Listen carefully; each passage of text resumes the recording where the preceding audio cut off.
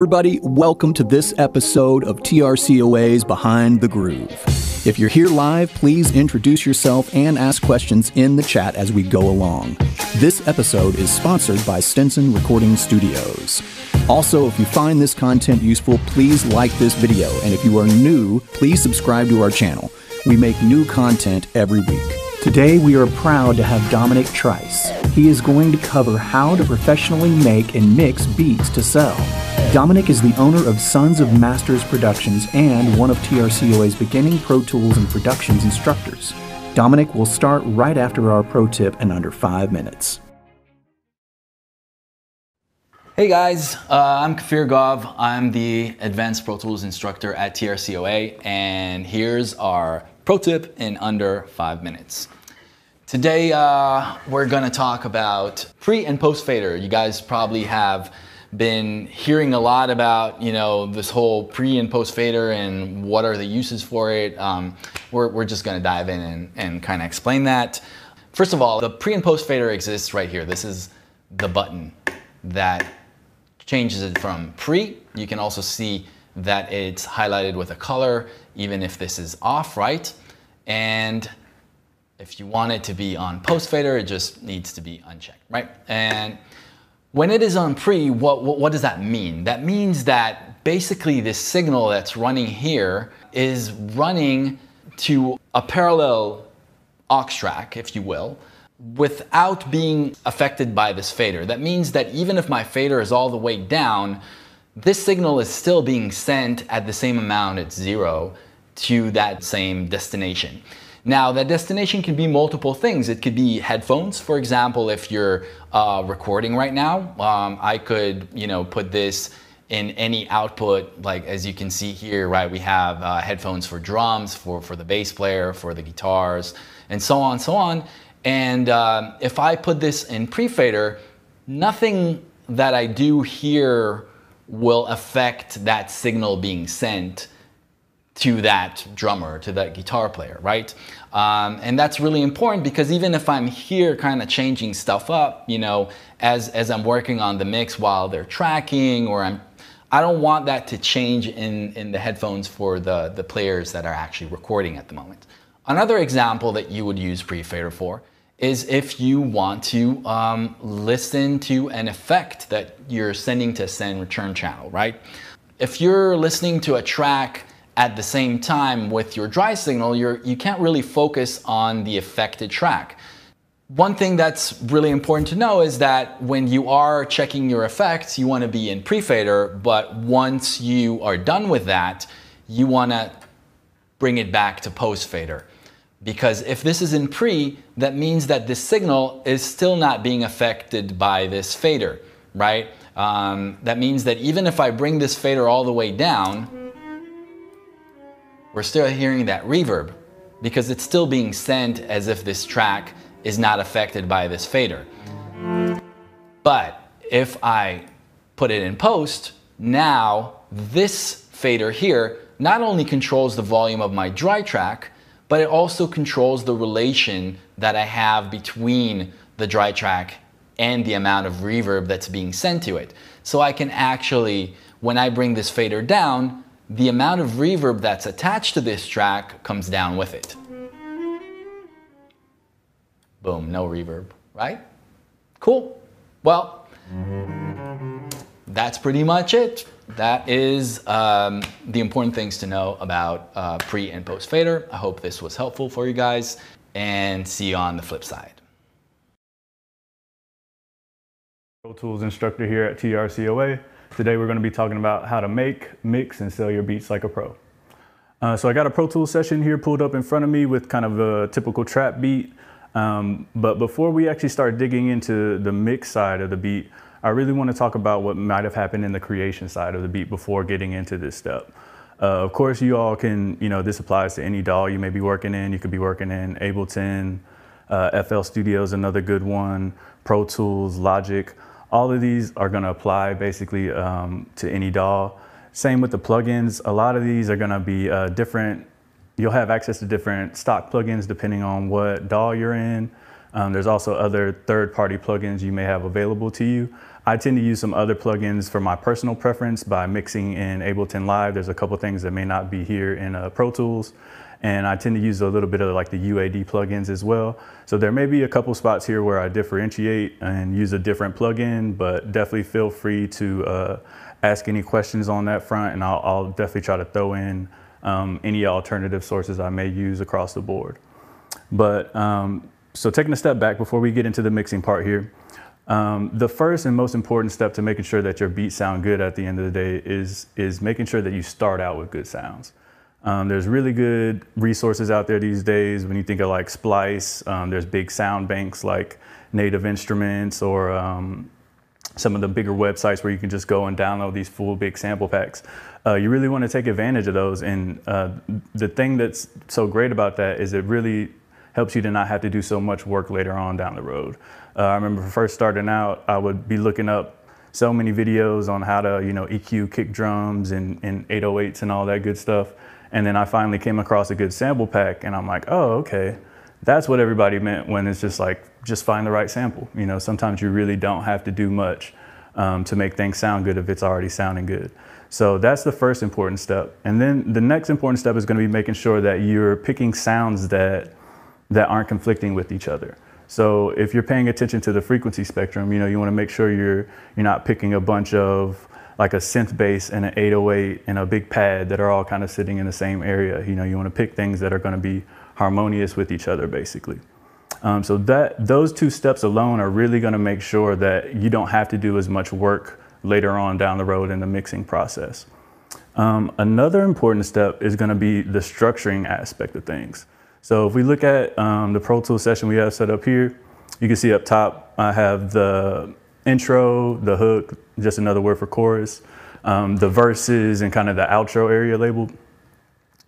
And this is very important when especially if you're not going to be in the studio with an artist. You really want to have a way for them to identify where they're at in the song. Where's the song start at? Where they supposed to start at for the verse? Where they supposed to start at for the hook? You want to kind of guide them along the way. And as you can see, just kind of looking visually here, a good way you can do that is just by adding and dropping instrumentation. So this is kind of like the hook section, and just looking here, you can see there's a little extra stuff that kind of gets added in this section. Then we're about to go into the verse. There's kind of a couple of drops of certain instruments.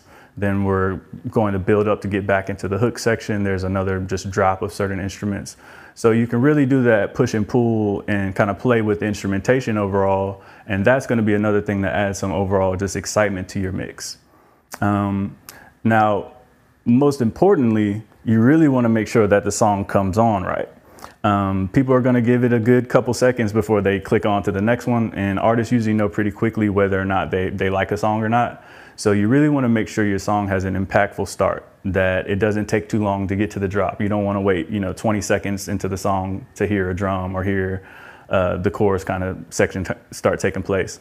So really make sure that you're putting yourself in the shoes of the person that you want to buy your music or to sell your music to, because those are the people who you're trying to impress at the end of the day. And everybody has such a quick decision-making mind these days that if your stuff's not up to par, you're just out of there. They're on to the next producer. So really make sure that on the creation side that you're using good sounds, that you're picking the sounds appropriately, and that you're structuring your songs appropriately so that people are actually going to want to get on those at the end of the day. So that's kind of step one. And then step two would be either starting the mixing process or kind of importing the beat into whatever DAW you're going to choose to mix with. As I mentioned earlier, I started this beat out in Ableton Live. And I do usually tend to mix my beats in Ableton, but I'll mix the full song. So when we record vocals and all that stuff, I'll mix all that and master in Pro Tools from there. But this one, we're going to kind of pretend we already imported everything from Ableton, and everything's sounding good. Everything should be leveled, matched there. That's another thing to mention. If you are importing out your tracks, be careful not to normalize everything. That's just going to kind of turn everything up to zero. If you've already gone through and kind of leveled everything out while you're mixing, which, it's hard to not do that. It's hard to have 10 instruments all going at full level and anything sound good, So as you're creating, pull things down and kind of get them leveled out appropriately. And that way, when you bounce things out, you don't have to start all the way from scratch. So when I pulled this into Pro Tools, the relationship between everything was already there. It wasn't like I had to go and individually listen to every track and figure out, you know, how loud it was and whether or not I got to turn it down or not. So because the relationship's been maintained, the first thing we're going to do here is just figure out, you know, what level is the mix coming in at? How hot is everything before we actually have all of our plugins and all that good stuff? And in this case, my mix came in a little bit hot. It was, so if we get into this and kind of see how things came in to start out, go to the louder section of the song here.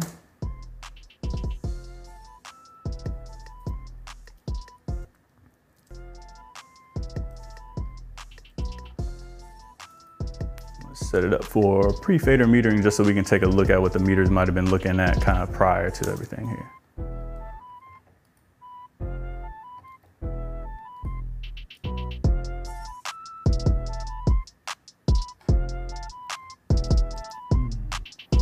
Cool, so not too loud, or definitely not loud at all. I still have these all clip gain right now. So prior to the clip gain mode, actually these were about 7 dB hotter, sorry about that. So one tip you can do instead of actually moving your faders down, so like you could just make a big group and move your faders. But one thing you wanna watch out for is to make sure you're not gonna clip your first stages of plugins or plugins across the board. So depending on, again, if you're like exporting and coming into a new DAW, or if you're in your other DAW, this may be like turning down your sampler. I know on Ableton you can turn down the level of the sampler, and you got to watch out for clipping those as well. So make sure when you're actually in the programming phase that you're not clipping your sampler on the way out, and that's a healthy audio level coming out of that as well. So that's all we're doing here, just making sure we're working with healthy audio. And again, since this was already kind of pre-level matched, I could just grab my all group over here, highlight all the tracks. And again, instead of going and using my fader to move the volume here, I can hit Shift and Control and the up and down arrow. And this is gonna quickly adjust all of my clip gain. So a very quick and easy way just to kind of level your tracks up. Another thing you can do is use some sort of analog summing.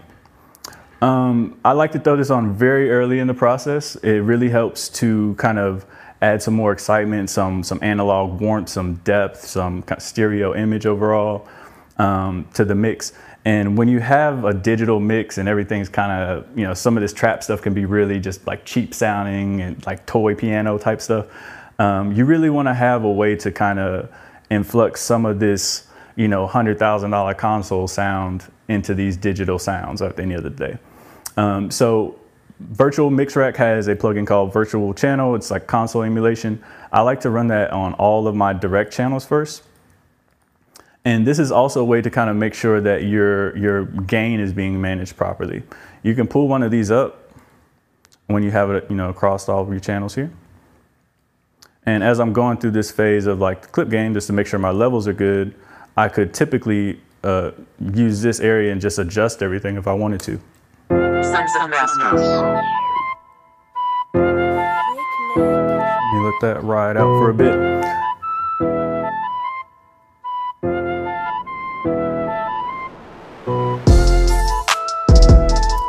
Cool. So I could even drive into this a little bit harder if I wanted to, but I can see at this point I'm not redlining this plugin. That's really what you would want to be careful not to be doing. And it would be any plugin that you put first in the row.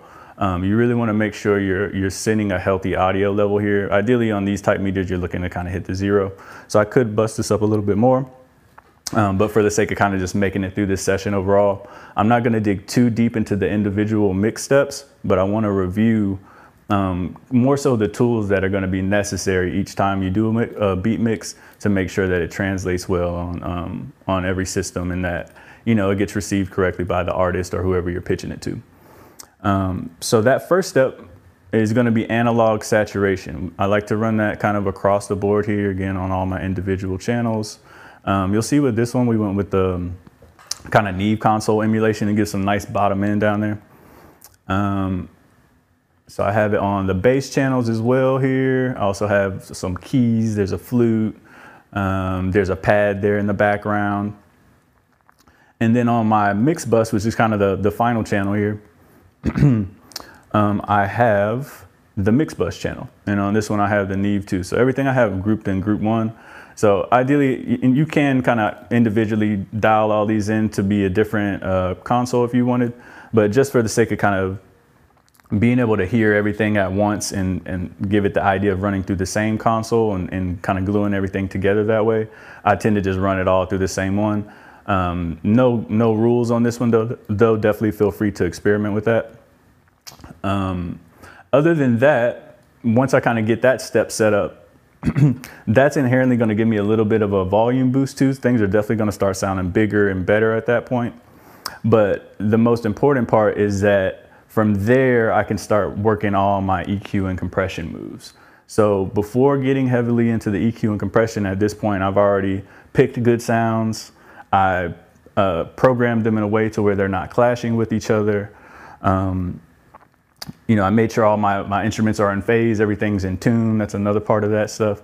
But then I'm adding some analog saturation to everything too, to kind of give it that overall vibe of a professional record, The next step I would get into is going to be kind of the signal chain processing. So that would be kind of your EQ, compression, potentially parallel processing.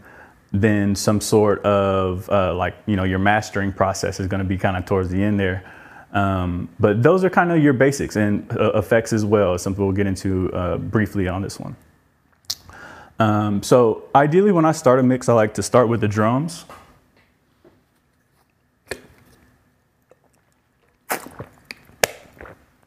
And sorry guys, I just saw I got a question. Do I ever use heat in Pro Tools? Yeah, I do. I'm actually a big fan of heat in Pro Tools. I think it's an additional really cool step you can just add on the way in to make sure you get some cool saturation, either like tube or tape saturation on the way in. Really cool, effective plugin for that, especially if you don't have the slate stuff. So that's an easy kind of built-in alternative for the Pro Tools one. And then, so once I have gone through the step of doing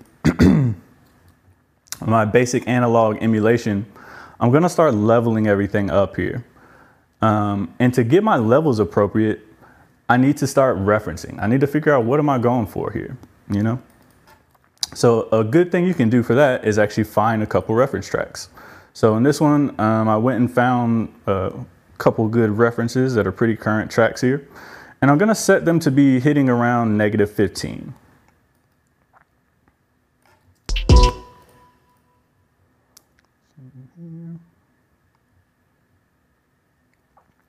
Now this number becomes debatable, and it has to do with the clip gaining stage of how you're doing things and where you want to end up hitting at the end of the day on the mix bus. Some people will aim for -6, some people will aim for -10, some people will aim for more -15, some people will aim for -18.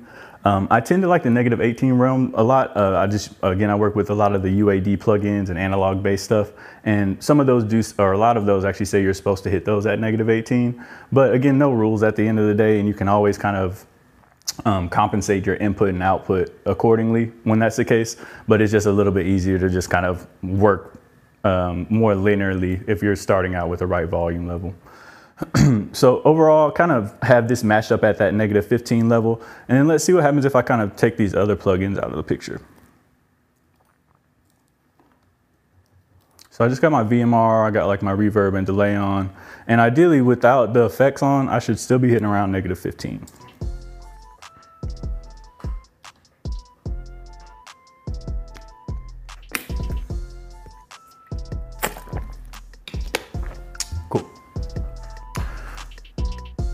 So now I can check my references at that same -15 value and see, am I in the same ballpark? Does my kick feel like it's in the same area that theirs is in? Does my bass feel like it's hitting as hard as theirs? Is the snare loud enough? A lot of the times what actually happens is people mix their snare too loud.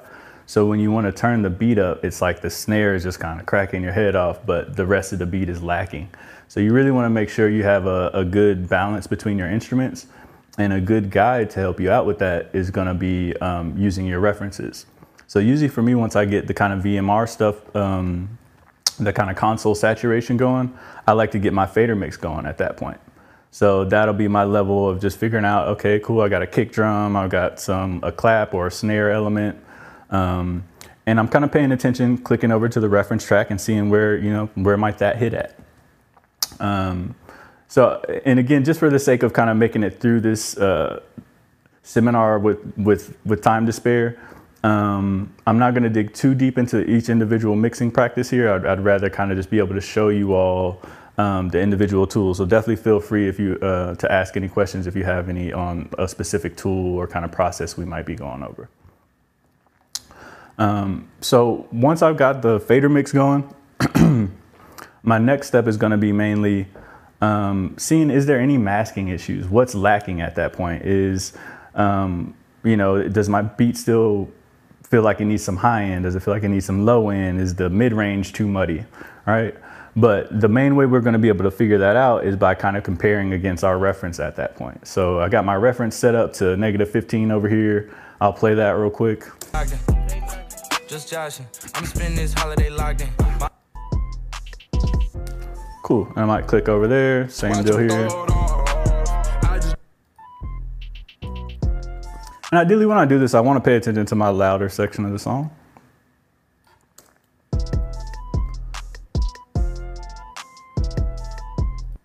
I can pass that like Stockton. Cool, so I'm kind of paying attention to where the, the kick's hitting at, where's the clap element hitting at. And also, where are things sitting at in the mix from left to right? Where are things spaced out? I think one common thing I hear wrong on a lot of mixes is just the hi-hats and everything are kind of straight up the center. You really want to keep the center as like your kind of holy space. That's where your kick drum, your clap or kind of snare element, your vocal when your bass usually you're gonna live at. Everything else can kind of get out of the way to the sides.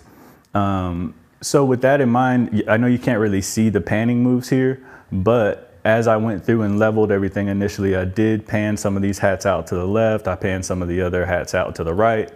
And let's see if you can kind of get a vibe of those real quick.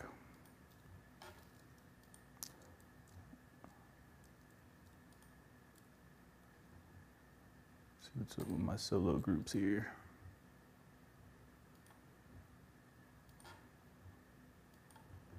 There we go. All right, so this is kind of my main hi-hat, I would say, but it's tilted to the left a little bit, right? And you can see these other hi-hats are kind of tilting to the right a little bit.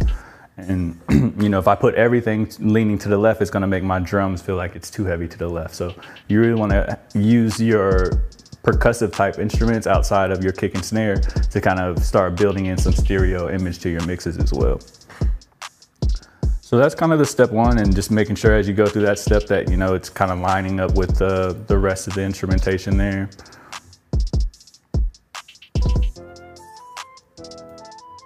So I may check that against the reference. Brand new whip, just hopped in. I got options, I can pass it. And of course, it's never going to be exactly the same. There's still dynamics to play a role here. But ideally with this type of music, there's not going to be like a lot of crazy compression that we're going to have to do. So we should be able to get pretty close with our mix that we have going over here to our references right out the gate. So before we're applying too many plugins and doing a bunch of processing, just getting your initial levels correct here and balanced properly is going to make a huge difference, and way more of a big difference than the EQ and compression moves will at the end of the day. So again, what will help you out the most in this case is I think just paying attention to references. So find yourself a couple good tracks that hit well, and they sound good in the car and everything. They sound good online and on your phone. Go find one of those songs. In this case, there's a bunch of other like plug-in referencing softwares out there and plugins.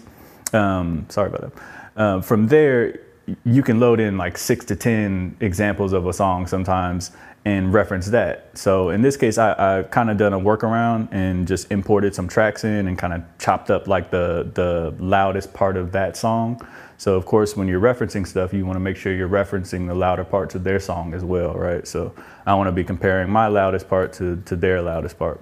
So I got 3 tracks over here set up and ready to be referenced at that -15 level. So as I'm dialing in and pushing my levels, I can tell if I have too much bass very easily, or I can tell if my bass is an issue and I actually need to do some moves to where I can get my bass and drums to be at a more competitive level. So having something to reference is really going to tell you where you're lacking at from the beginning. And also when we get to that final mastering step, we need to figure out, you know, how loud do we need to make this at the end of the day. So looking at some other instruments here, actually let's take a step back to the drums. So one common thing that happens with drums is, and that eats up a lot of just space overall in your mix and headroom overall, is gonna be not doing enough subtractive EQ. I think a lot of beginning engineers make the mistake of just going in and boosting everything, but you can be really aggressive with your subtractive EQ moves, and that's gonna open up everything else in the mix. So here, the first step I kind of did across the board here is just all subtractive EQ moves. So from kicks and on the snares down here, let me minimize this so you can see the track names.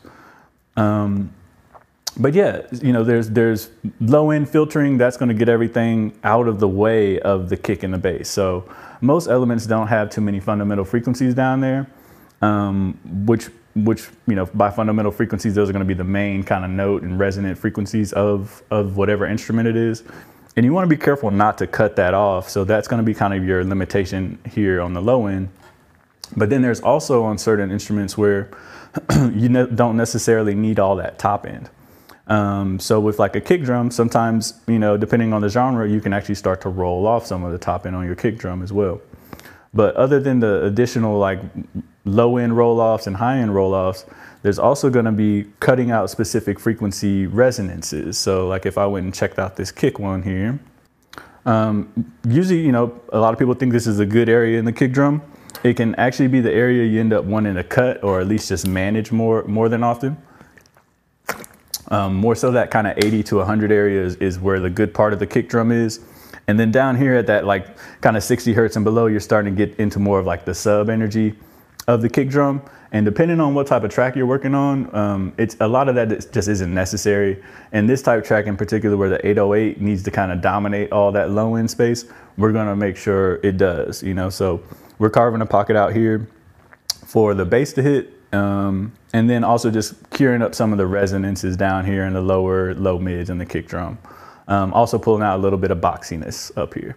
So you can figure all this stuff out with a simple kind of frequency sweep, you know, just have yourself kind of a medium-sized cue and move up and down the frequency spectrum until you hear any, you know, negative sounds at that point, and then you can make a cut appropriately. And then you can use that same tool to go back through and find all the good and pleasant frequencies and do boosts there. So that's something people tend to like to do with the analog style EQ. So in this case, I kind of went with the SSL style EQ. And on this one, I'm kind of boosting a little bit more of that low end of the kick drum down here. So let's see, right around 80. So another thing that ended up kind of happening just as a result of going through the process of mixing the beat is I felt at a point like my kick was lacking a little bit and my clap was maybe lacking a little bit. So what you can do in that case is something called parallel processing. So you'll hear the terms like parallel compression, parallel distortion, parallel EQ. All those are really good tools that'll help your track just to start hitting harder, certain elements cut through the mix better, and everything just feeling more vibrant overall, without having to turn your levels up a lot louder. So that's a huge advantage of parallel processing, is it's gonna basically be an extreme aggressive version of whatever that sound is, but just kind of blend it into taste to where it's not too audible or not a negative thing there. Okay, so from here, let's see, with this parallel channel, all I did for this one is literally just duplicate this track here. So I duplicated my kick track and then renamed it. So these are the same exact file, but the things I did different in this one is really gonna be that I added some distortion here. And I added an aggressive amount of distortion. So if I were to kind of solo this out,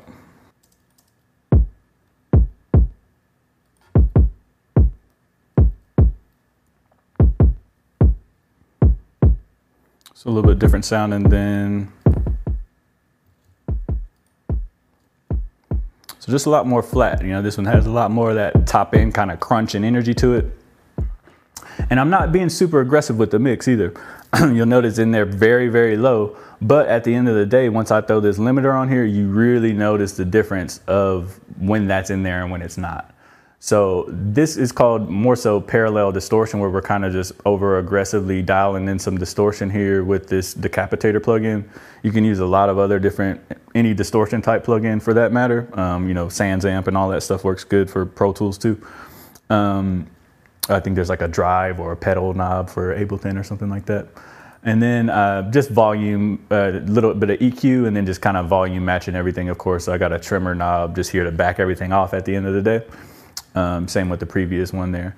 But on this one, I did end up EQing a little bit differently. And this, I kind of went for a little bit more of that parallel EQ as well. So with parallel EQ, you can more so over exaggerate certain frequencies, all the good frequencies. So I can push like more top end into something, or I could push more of this like 1K beater area into something on top of the distortion already. So you can do those steps either separately or kind of combine them all to be one. But that's one of the major plays to really get your kicks and kind of snare elements to cut through. So let's see there. Then the other one is getting into, like, once you kind of do that process on your drums here. Another thing to mention, we're kind of getting low on time. Subtractive EQ wise, you know, with these rim shots and hi-hats and all that stuff, you're rarely going to do much on those. Just roll off some of the low end. You don't have to get too crazy with EQ and compression and all that stuff. And again, because we did work with great sounds from the beginning, we're not having to worry about doing so much dynamic control at this phase. You know, you can set your velocity in whatever DAW you're working into where everything's coming in at the same level. So you don't have to go and do extreme compression for dynamic control at the end of the day. There are no dynamics to control. All right. So once you kind of get a good mix going with your drums, then I like to send everything through the drum bus here. And with the drum bus, a couple steps we can add here is a little bit of distortion. So distortion is a tool you can use to help get things to cut through the mix more. Sorry about that. And then we're going to do a slight step of very light drum compression. So if I play the drums here, you'll see they're not hitting very hard at all. Maybe about a dB or two. And I'm really just looking to kind of glue everything together there.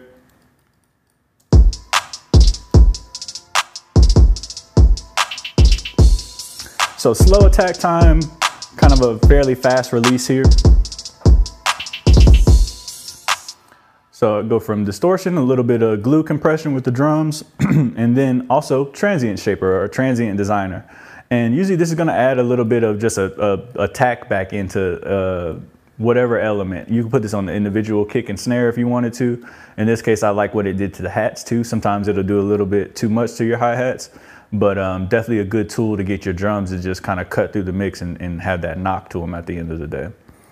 Then just followed up with a little bit of EQ shaping. I like the API for drums as well.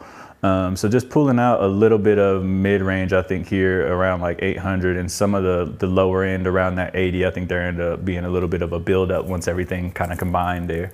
So that's your chance to kind of just reshape your drums and make sure they're all hitting right and feel cohesive at the end of the day. And then we're getting into the 808 tracks here. So not too much different. There's, you know, subtractive EQ moves. There's compression. There's going to be also potentially boost EQ, but not as much with bass elements. The main thing with bass is going to be about getting it out of the way of the kick. So there's ways that you can do sidechain tools. There's really cool with the Pro Q3 here is I actually have this sidechain to the kick drum, and it's ducking out two different frequencies that are kind of conflicting here. So if I were to play both of these at the same time,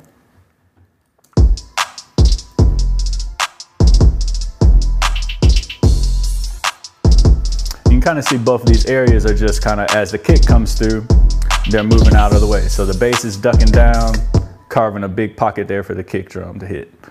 So those are big things. And ideally, if you pick, you know, your instruments to be in tune with each other, this part's going to be a lot easier to kind of nail every time, to where you're not doing too many moves.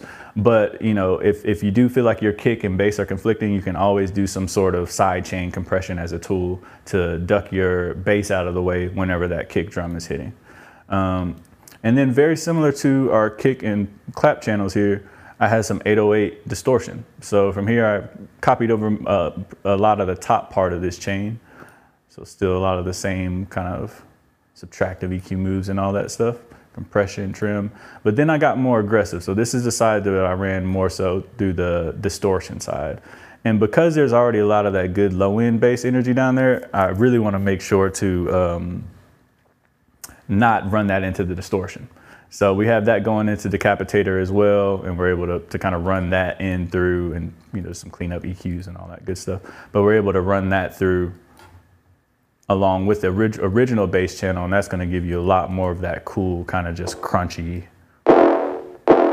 bass tone.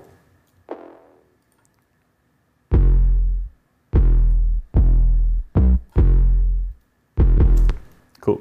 So those are all kind of the same tools there. And just, I know we're kind of wrapping up on time here. Instrument wise, you know, check your stereo image. I think that would be the only other tool I would say we didn't mention yet. And also this little radiator works really good as just adding some kind of bottom or low mid warmth to the instrumentation. I like throwing that on the keys, flutes, pads, any of that type stuff, any of your like main instrument elements besides the drums. And then getting into like your final leveling, you know, once everything is mixed and sounding pretty good and you're checking over with your reference and it sounds like it's hidden and sounding the same around that, that -15 level, at that point you can go ahead and crank your references up to full level. Then the goal from there is going to be, you know, making sure that your mix is also allowed to hit that same level in the mastering phase. So in this part, we're going to do another step of just basic kind of glue compression, very, you know, slow attack time, fast release. Do a little bit of, you can do a step of multi-band compression, or I like Pro Q's kind of the, you know, great tool just because it does everything. But here we're just managing frequency kind of overloads where things might be having some buildups at. So down here in the low end with like your kind of kick and bass area, this had just been a problem area due to like the kind of distortion in the 808. There's just a big buildup in this kind of 130 area that just needs to be managed whenever the kind of kick and bass hit still. And then also where the kind of clap and some of the instrumental elements come up here, and then the hi-hats up here overall. So just not doing full EQ moves, but if anything just starts to build up a little bit too much, these are set up to duck everything by about a dB or so. Then I'm getting into some good old EQ here. On this one, I like to do just a little bit of mid-size. So on this one in the mids, usually I'll actually boost the kick here, but the kick was actually a little bit overpowering when I compared it to the references. So I pulled it back here, rolled off some lows on the sides down here, did a little bit of a boost down here on the sides, or up here on the sides, and carved out a little bit of that kind of top end of where the cymbals might be hitting at, where the vocals actually going to need to sit at when we get to that phase. So that'd be that phase. And then the next final one would be getting things up to just a healthy volume level. If I'm mixing everything at -15, my last phase, or depending on which limiter you're using, some have an internal built input in it. Because this one doesn't, I just added a little tremor to it to get myself up to a good volume around -6 or so in that case. And then coming down on the threshold here until my mix is hitting at least -9 or -10. So I'd already ran like a little LUFS meter on my references. You know, at the loudest, they're kind of getting up to like -9.3 on some of these. So I want to at least make sure I get in that range. I want to at least get over the 10 threshold. And this has a built-in kind of LUFS meter. So if I were to check and look at my loudest part of the song here, you'll see that it is coming out at -10. Or -9, sorry.